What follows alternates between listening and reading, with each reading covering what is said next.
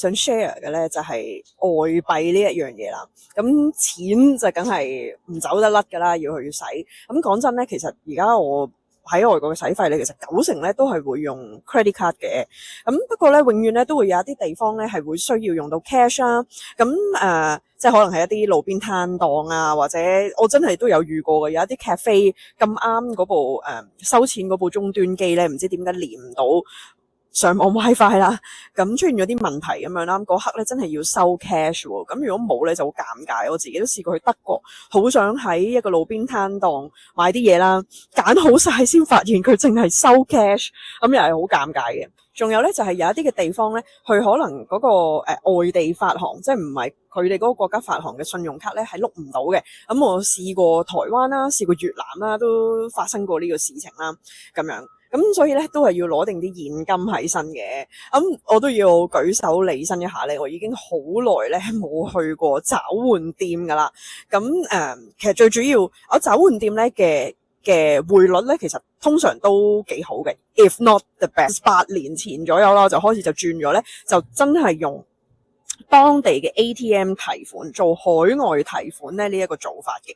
咁我知香港好多銀行咧，其實都有海外提款呢一個function 啦，咁樣。咁而且咧，其實你去網路咧，亦都有好多一啲達人啦，佢做一啲比較咧，就係邊啲好啲啊，邊啲方便啲啊，邊啲多啲 ATM 啊等等啦。咁我就唔係呢一方面嘅 expert 啦，但係純粹係個人分享嘅啫。我已經用咗好多年咧，就係花旗銀行 Citibank 嘅。咁呢個都當然同我哋做美國升學係有啲關係嘅。咁以前都係一路有用開啦，因為美國嗰邊嘅 ATM 都會多啲方便一啲啦。咁但係唔一定嘅，係啦。咁但係咧，我自己用開 Citi 嘅呢一個嘅經驗咧就非常之好嘅，因為都係啦，頭先有講啦，去到亞洲、美加或者歐洲我都係去得比較多嘅區域啦。咁冇一次咧係用 ATM 係唔成功嘅。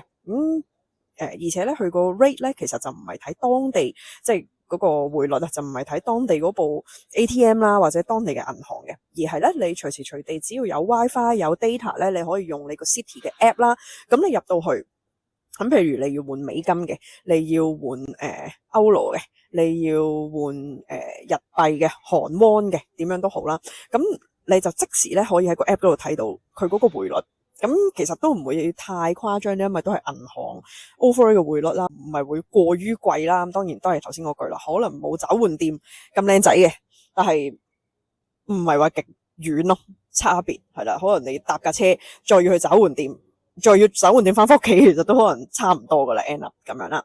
咁咧我就好多時真係去到嗰個國家咧，我先真係一落機就休息下，跟住企喺個 ATM 隔離咧，就係考慮下，我究竟要使幾多錢咧？係啦，咁然後喺嗰一刻咧，其實就可以即刻喺個 app 嗰度咧購買，即係用你港幣啦，即刻去兌換咧你需要嘅外幣啦。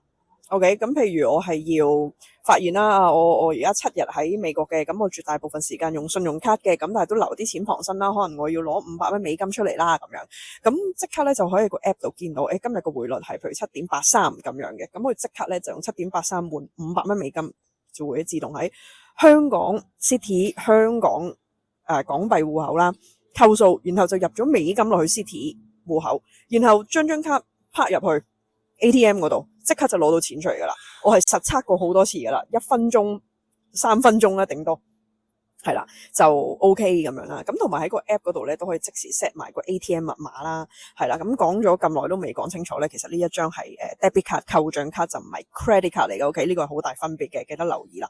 咁so far experience 都好好啦。咁亦都因為攞唔到外幣啊，或者係咯冇個錢傍身，其實好唔舒服嘅，我覺得。咁呢一個tips 啦，或者呢一個個人經驗啦，希望都幫到大家啦。唯一留意嘅咧就係頭先嗰個海外提款機嘅方法啦。咁ATM 咧通常都會有佢少少嘅手續費咧，可能係30蚊至50蚊港幣不等啦。我見過比較多係呢個 range 嘅，主要係因為嗰間銀行嘅 ATM 佢會收翻呢啲手續費嚟貨佢自己嘅運作咁樣啦。咁但係如果對比起去當地嘅直接係 counter 換錢咧，咁應該都仲係會平啲嘅，因為其實而家好多 counter 換錢都係要收手續費嘅。